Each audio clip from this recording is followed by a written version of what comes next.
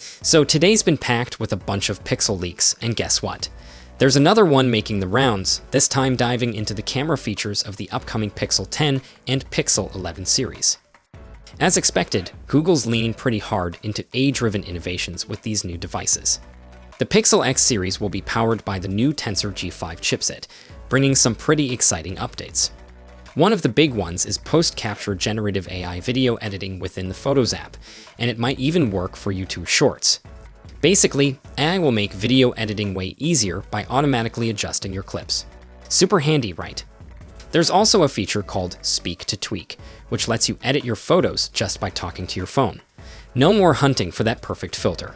Google's also cooking up something called Sketch to Image, kinda like Samsung's AI tools, where you can turn a sketch into a full-blown image.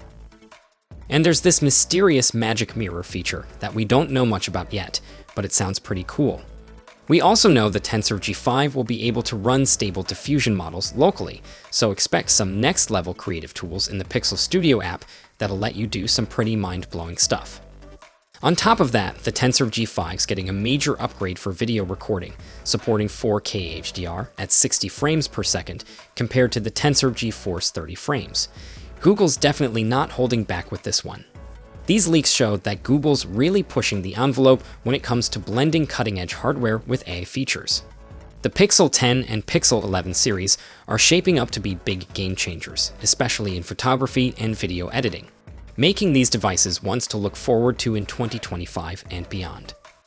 And get this, the Pixel 11 Pro, launching in 2026, is set to introduce a next-gen telephoto camera that combines super advanced hardware with AI to give you a mind-blowing 100x zoom for both photos and video.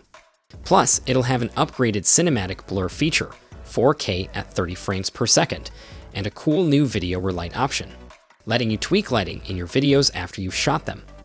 Another massive addition, ultra-low light video, or the night sight video, will now be handled entirely on device instead of relying on cloud processing like it does now. So, what do you guys think of all these leaks? Pretty wild, right?